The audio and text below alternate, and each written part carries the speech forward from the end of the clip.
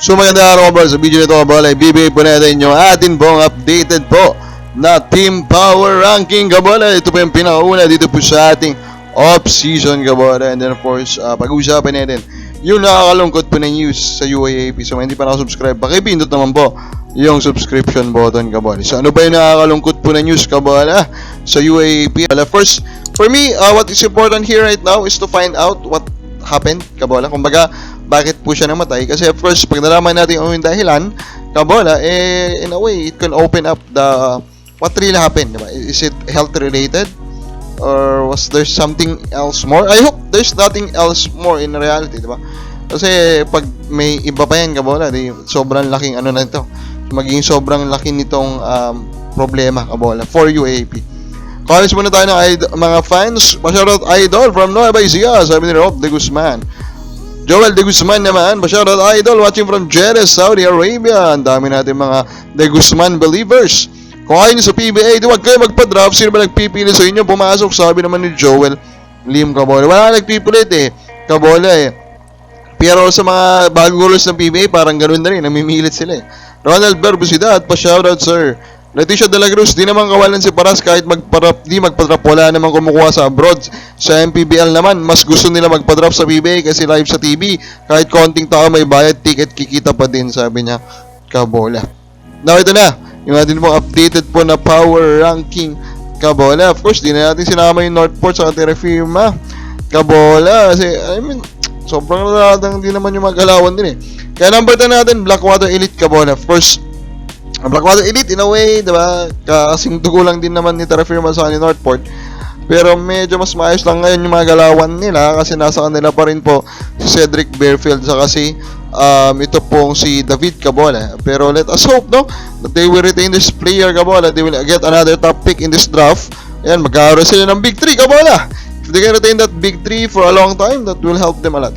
Number 9 natin, Phoenix, Cabola. Phoenix will have the number 2 pick in this upcoming draft, and kung sila po ay tsumaba, diba? May parang Bearfield level, kabola number 2 pick, edi meron silang Bearfield, Balongay, Tyler Tio, Ken Tuffin, kabola, and even Jason Berger, so they will have a good solid 5, kabola, kung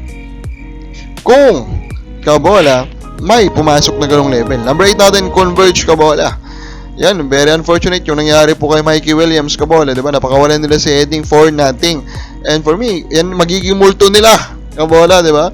Sa kanila pong pag-arangkada dito po sa PBA. Number 7 natin, kabola, NLEX Road Warriors, kabola, diba? They have a good run in this Philippine Cup, kabola. Mauulit ba nila ulit yan?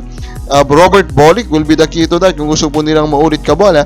Other than that, kabola, of course, consistency po sa pag-improve ng game ng mga younger players will help a lot. Number 6 natin, Magnolia Hotshots, kabola. So, maraming fans ang excited for the Magnolia Hotshots kasi nga po, LA Tenorio is here, kabola.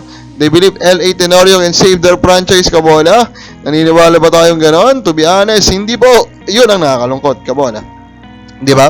I mean, hindi for this upcoming season. Marami pang improvements na kailangan gawin ni Coach LA before we even think, kabola, of Philippine Cup Championship. Number 5 natin, Rain or Shine, kabola. Ito mga Rain or Shine, I think they just need to find either that breakout, kabola, by another of their guy na hindi pa nagbe-breakout, or find that right trade, that right guy, that right superstar, kabola, that can catapult this team to another level. Number 4 natin is Barangay Ginebra, kabola. Maraming fans ng Ginebra ang dina-downplay yung pagkawala ni Jamie Malonzo. Pero for me, it will be a big loss, especially in the Philippine Cup, kabola. Malonzo complete their lineup in a right of face, kabola. His versatility, his ability to play with 2 other big men, kabola. His ability to play as the tallest player in the floor, kabola. That gang nawala sa kanila, dito tulad ng Magnolia at Barangay Ginebra. Although there are growing rumors, kabola, about the potential departure of Chris Newsom. Number 2 natin, San Miguel Beermen, kabola. So number 1 natin is TNT. Bakit po number 2 natin San Miguel? Just for me, they are more older, kabola. And of course, older means compared sa TNT, kabola, they are older, kabola. And then for me, sagad-sagad na yung lineup nila, kabola. Unlike TNT, which is our number 1, na marami pang potential improvement kasi kakapasok pa rin heading, so made-develop pa po yung chemistry. May mga pwede pang bumalik, kabola, like 100% si Kelly Williams. And of course, Jason Castro, kabola. Diba? So, for me, mas marami lang paths to improvement ng TNT kaya number 1 natin sila. Kamabali sa pagkiwa, sinong favorite mo? Kami lang po, sa baba.